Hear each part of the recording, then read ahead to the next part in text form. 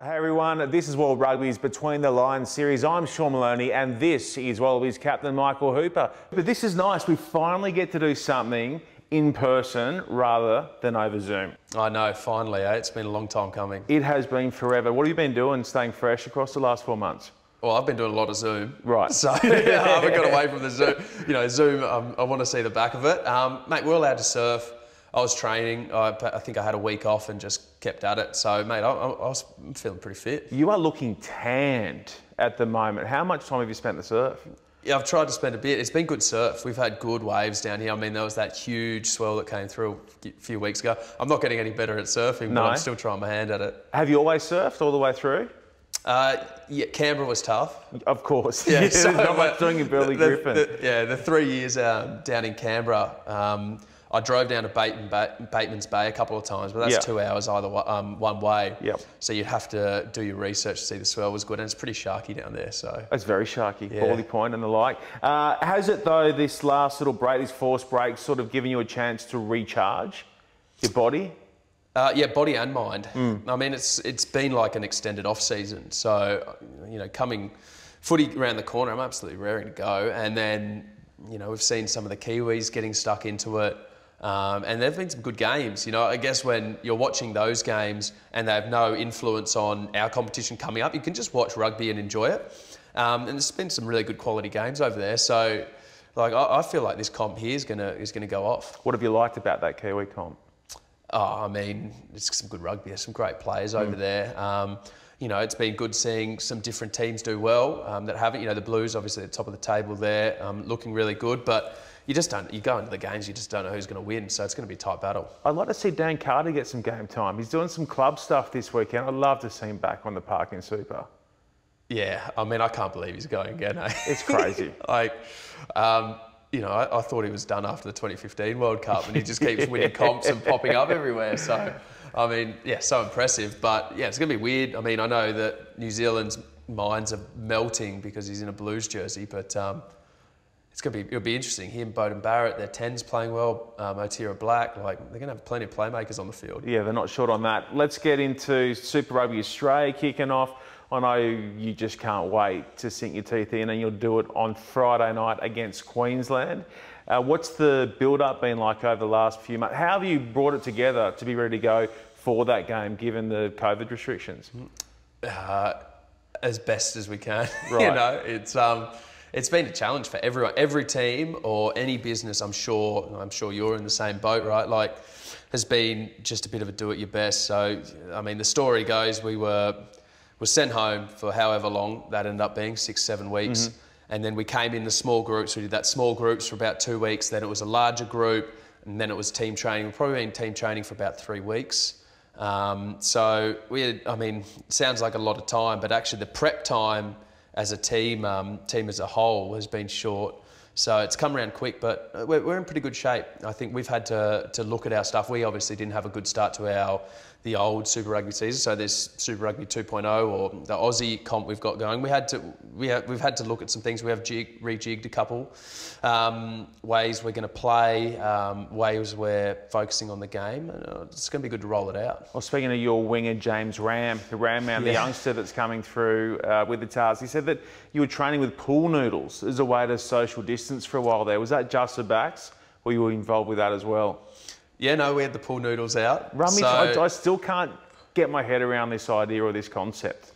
Oh, what do you want to know? Well, like, are you running around with a pool noodle out in front of you? What's going on? I mean, like, I don't know. It's exactly how you would imagine it.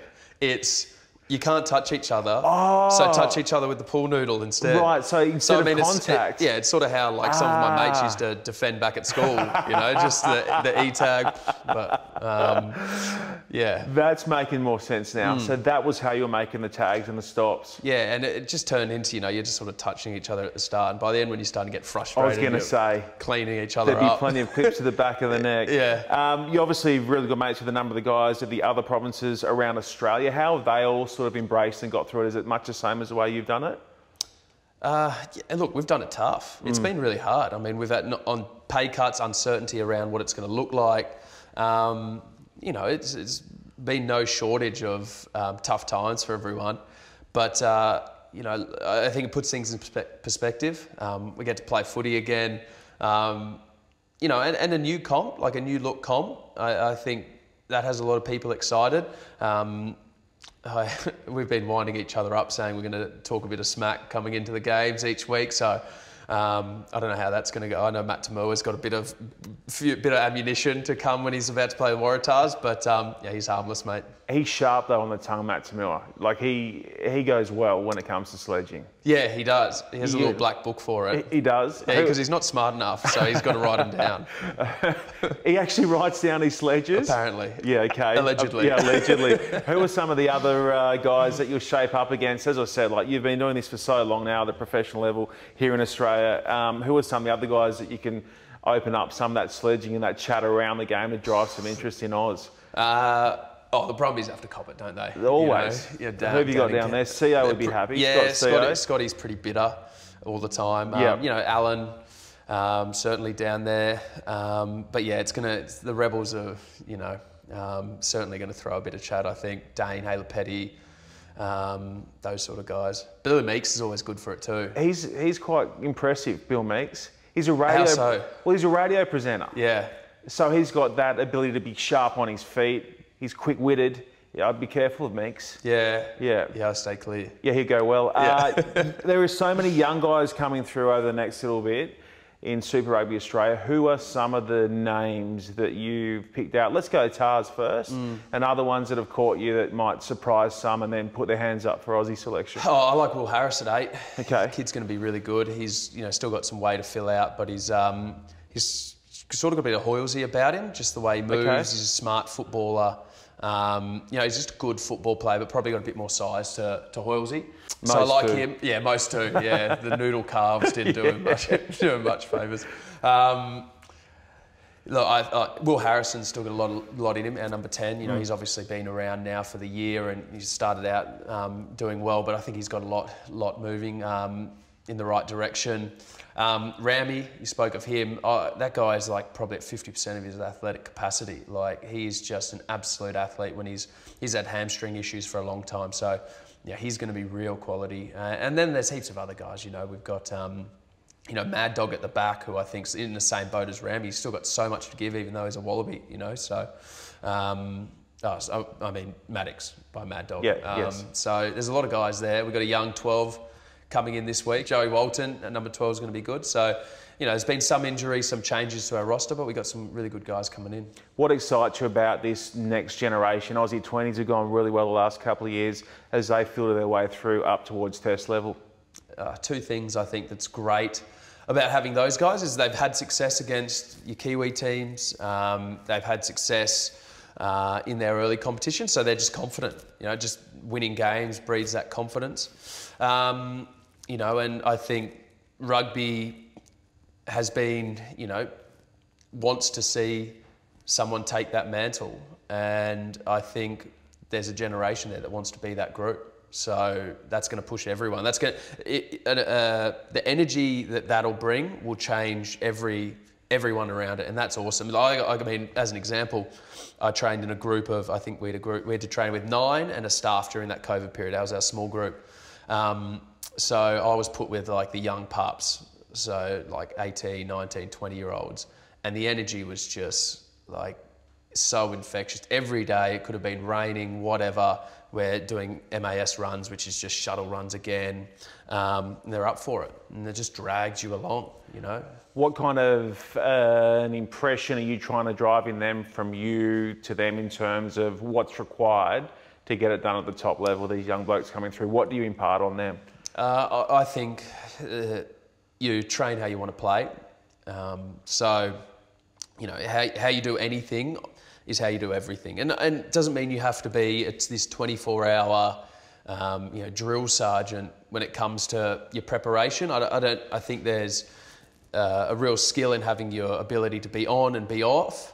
But the guys I've been around who seem to have really consistent performances, their attitude around, firstly, their body preparation, the longer they get into their career, and secondly, how they approach methodically their week to get to the weekend is noticeable. You know, they have a format for them that works, and they will stick to it. You know, obviously wanting to make improvements along the way, but they will build out their week and then go, okay, Monday I need to get this. Tuesday, tick, box is done. So by Friday, you know, actually the work's all done. Yep. So Saturday, just you let the game play. We're going to see them play not long from now, which is awesome. One guy we won't see, who is at the other end of the scale, is Kurtley Beale, who moves on and away off to France. What kind of an impression has he left on Australian rugby? And run me through some of your more memorable moments with KB.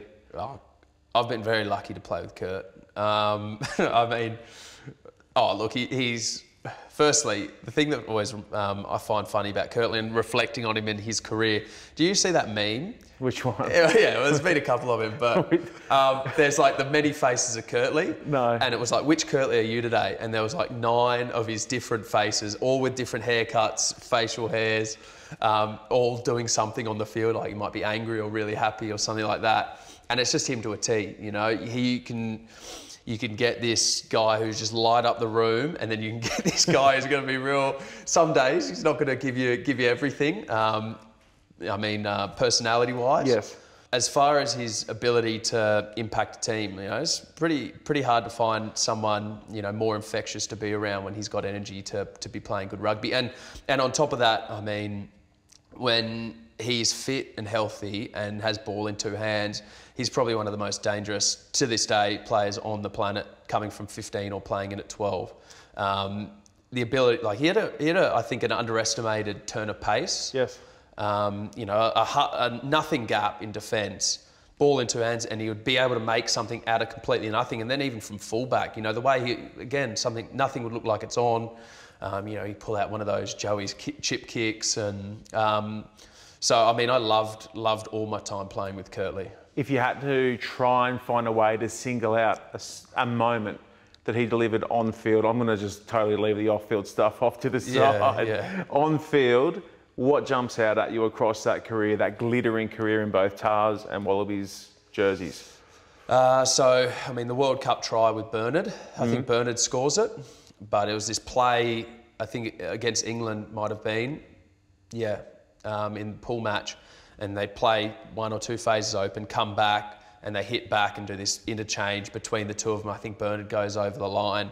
But he came off the bench and just immediately made impact in that game. The 2014 season at Tars, like, he was out of control, how good he was coming in at 12 there. The ability to put people through holes, the vision, what he was able to see. But as a particular moment, I tell you, you know, even in defence, like, I think start of 2016, someone's made a break early on in the game, and out of nowhere, Kurtley just comes and just sort of tackled with him, arms and legs like that, and saved this try. I think it must have been against an Aussie team.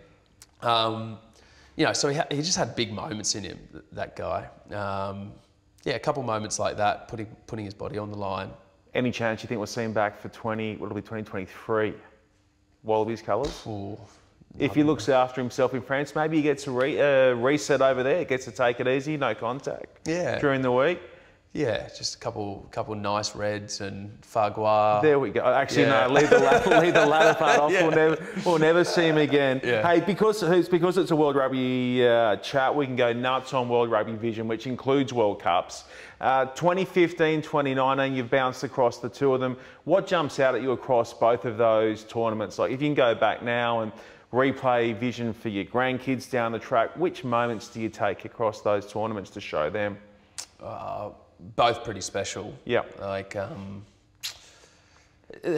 there's certainly just a buzz when you're driving the bus into the stadium. That's different from any other test. Like, you're pulling up on a bus, you know, to a usual test match, and yes, there's a buzz. You know, certain places around the world have their own distinct things, but when it's a World Cup, it's just an absolute melting pot of flavour. You know, like different nationalities, different colours, and because it's a real event atmosphere, everyone gets in colour. I mean, sometimes you can go out to a game in Sydney and guys won't wear you know, other countries around the world are better, but they'll just wear, you know, it's a cold night, so whatever's warm. But you go to a World Cup, you have to be in the green and gold if you're watching the Wallabies, or the Welsh are playing, so you're going to see a heap of, you know, the red in the stands. and it's so vocal because everyone's so highly charged. It's just a great atmosphere. So the World Cup is really unique like that. There's certainly another level, and I think one of the World Cup, 2015 World Cup, I think it would have been the final. And the jets fly over top before the game, and it blows your eardrums apart, and you're going, oh my God, I'm nervous. If I wasn't nervous before, I'm nervous now. So, pretty epic. England and Wales, those pool games, you touch on that try that Bernie scored down that right-hand side against England. What about the Welsh game and the defence required for the Wallabies to snuff that out? How does that sit in the memory? Not great, 2 reasons. I was in the stands because I had a week off from suspension. The week before, got a hold of Mike Brown in a ruck. I came in late. It was a yellow card, but they deemed after the game it was a week off offence, which I disputed. Yep. But took the week in the scheme of things. Mate, it was pretty cool. Watching that defence from the sidelines, like that's when you know your team's got something special. I mean, down to 13 and coming up with plays. Ben McCalman's one where he holds up the try. Adam Ashley Cooper, I think, gets a turnover when they've got about a 5-man overlap, and it was everyone. Your strongest defence is when everyone's on the same page, and when you got 13 guys shutting down 15. That team that we were involved in, just everyone was really on the same page with that stuff and pushing in the same direction. You mentioned the crowds in Japan. Let's just touch on Japan and the colour and that sort of stuff. What about the broader experience of the 29 World Cup and how much the Japanese, in their own crazy, awesome way, embraced it and took you all under their wing? Yeah, so there was this guy. There was this guy who would go to every game, or not, I don't know if he'd go to every game, but he would body paint. Baksan. Okay, I didn't know what his name was. Baksan. Do you know more about him than me? No, I don't. I just know that he went to every game in a different jersey. Yeah, and he'd paint on the jersey, that guy? Yes. Yeah. So I think we saw him, he was at our Georgia-Aussie game, and the crowd going, this guy's mad, but... It was freezing, remember that night? Yeah. It was before the typhoon hit. Yeah, it was the typhoon game. So, I remember, they would sing the anthem of whatever teams were playing. They had handouts to sing to support it, and you go as far as a place being involved in its competition, how good was that to be a part of? It seemed everywhere you go, it was just breathing the Rugby World Cup. How do you stay fresh yourself looking ahead to the 2023 World Cup in France? Certainly. In the back of your mind, that's there. Yep. But I think to have that end goal in mind, it's coming back with a couple of steps. So now that I've been in a couple World Cup cycles, you can only deal with a year at a time and focus on your stuff and building through to that next World Cup. So my mindset's it's pretty hard to be anywhere too much in the future with just coming out of COVID. They are so unique. You want to be a part of as many as possible. I think for me personally, my body's in great shape. I feel amazing. This break's been really good for me physically and mentally. Like I said, I'm pumped to play. How do you stay refreshed? So how do you continually get reset and ready to go again, given the rigours that you put your body through? And every pre-season, 10 years now you've been doing this. How do you find a way to go fresh? To stay fresh? I think the motivations change over the years. When you're young, you just want to prove yourself, and you prove yourself, so then you want to see how good you can be. Then you get to later on in your career and you go, okay, well, I've got to make the most of this now, because you're on probably the other side of, unless you're Matt Giddo or someone like that, or Dan Carter, these eternal rugby players. I couldn't believe that George Smith retired. I thought we were never going to see him retire. When you come to sort of, you're over the hump, so to speak. Yep. In your career, and you go, oh, what can I get out of this? And that's extremely motivating. And for me, I still want to challenge myself against, like you talked about, the young guys, and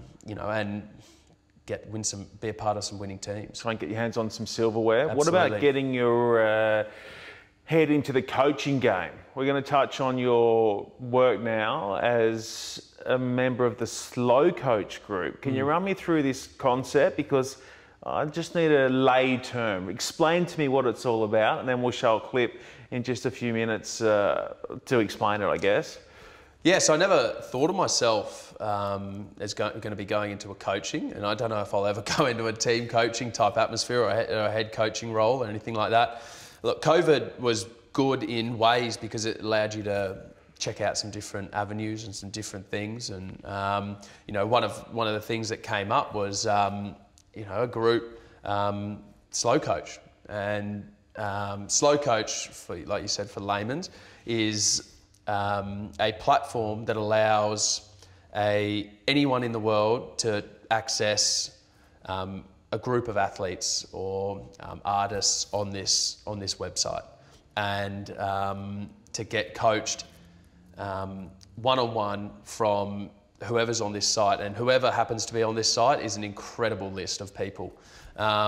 So in layman terms, I'm a young rugby player and I want to practice my tackling, for example, and I'm working on tackling, but I want to be a better tackler.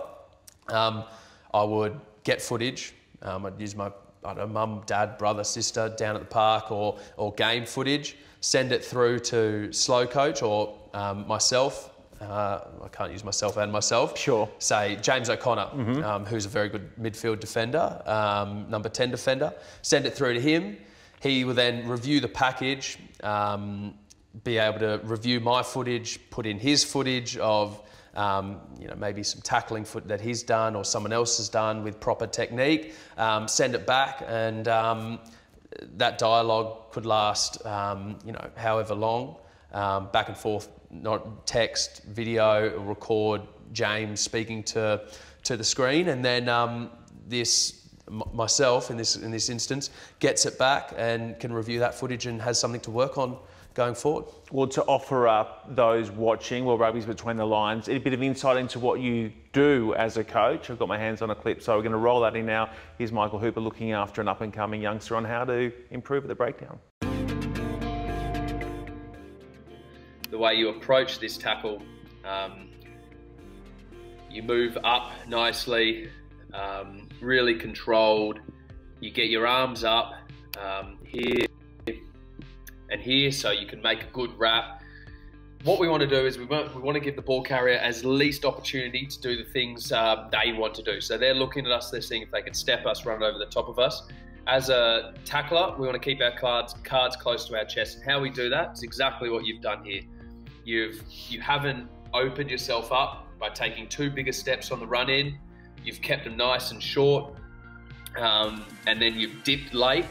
So the ball carrier is thinking, okay, what am I going to try and do? In this occasion, he chooses your left shoulder. He goes to your left shoulder. Granted that this is just at the training park, but he goes to your left shoulder. You dip late. He then has nowhere else to go. And we flip back to this screen. So like I said, using your feet really well here, you get your front foot in, which I'll show, very close to the ball carrier, perfect. You dip late, you're tackling in the right zones. So you're tackling, in that space of his body from his sort of mid quad to just under his sternum. We do that because we can control the ball carrier as best as possible. So you've absolutely nailed that part of it. But this is where it gets really good. From there, you haven't just said, hey, I'm in a nice position, I've done that. You've then kept your feet in the ground and started driving. So, I mean, if we're looking at this on a Monday in a team review after a game, this is gold for us, right? This is where defense starts to look really pretty. Front foot in, hands up, you get a good wrap, boom, feet stay in, you drive him back, keep driving him, ball carrier submits, and then you're into your next job. So overall, pat on the back, hats off for a really nice tackle there. Dog, I'll just show you one of the clips I had of doing down the park with a small bag. Apologies, this is isolation, so I had to do it myself on a tackle bag, but we'll slow it down. So in this clip, hands are a bit more, I don't know what I'm doing with my hands there, but you don't have to do that, it's a bit weird. But just looking at my footwork there, and how the acceleration happens late. Now, granted, this is on a tackle bag, so it's a bit easier than a live person. He's not moving. But as we're coming in there, the feet and then the acceleration, and where my front foot is and my body position leaning forward and in comparison to your example, which again, may be something we need to pull out, but is leaning forward as opposed to sitting down in the tackle. So have a think about that. Good luck with it. Practice it, see you're doing it in the park with your mates, and then apply it in the game. All the best, mate. Cheers.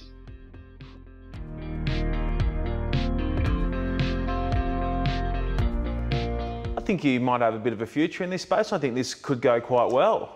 Yeah, I think it does. Look, I mean, the beauty of this thing, and something that didn't occur to me, well, you actually said it before, but didn't occur to me and probably many of the other rugby players or athletes, is the longer you're in sport, the more, I mean, we're exposed to great S&Cs, we're exposed to, travelling, different coaches, many throughout your career, fitness coaches, mental coaches, all that stuff. So you build up a plethora of knowledge without even realising it. And sometimes it's really hard to engage with people. I mean, I'm personally not on social media. So it's hard for me to engage with teams aside from, your local community, which again is hard because of your time pressures. The beauty of Slow Coach, you can do it anywhere. You can do it, you might be travelling, you might be around the other side of the world. Well, hey, you can be able to run a session for someone back here in Manly who just wants to get better at his running or kicking game, and that's pretty cool. And there's heaps of rugby players, high-profile rugby players, who are looking to get involved in it as well. I think through the UK, certainly here in Australia as well. We mentioned surfing at the top. If you can have someone review you as a Slow Coach, not rugby related, is it someone in the surfing game, and what would they have to work on for you, do you think? Yeah, so Jeremy Flores is a coach on this, and I really like his surfing. I mean, this guy's won pipe by Masters. Like, he's a pretty cool dude. I'm not a good surfer, but I try. I'm what you call a weekend warrior. Yeah, I don't know. I think you're underselling yourself a touch on that front. Well, we'll see what Jeremy says. But we'll wait to see that. But look, what I'm going to do is I'm going to put together a pack and send it through to Jeremy. Okay. And I'm going to get him to review me. He doesn't know. I mean, I haven't spoken to the bloke. Yes. I haven't met him. So, and see what he can come back with, because I reckon it'd be pretty funny. I just need to, like, you want to send him some good stuff, and don't you want to send him the not so good stuff so that then you can show him the good stuff in time? Yeah, you're exactly right. So that's my plan. Just show him the worst possible thing, and then go, mate, look at you coaching down the track. Look what you've done to me through Slow Coach. Mate, can't wait to see how that rolls out with you over the next little bit. We're going to see you in action on Friday night against the Reds in Suncorp. And lastly, what's going to happen with the Test rugby? Where's that likely going to fall? Australia, New Zealand? There's going to be tests, yeah. Definitely going to be tests. We just don't know where, do we? I'd hope so. I mean, I would imagine we're going to do everything we can to get, it might be 1,000 letters loads at the end of the year. I'm okay with that. Yeah, I know you're okay. 17 test series. My brain isn't, but I mean, look, I think the players want to play. I know the administrations want to get as many games as they can, so they're working balls out to get some fixtures probably lined up, and hey, we'll play. Going to be great. Thanks for joining World Rugby's Between the Lines, Michael Hooper. Thank you.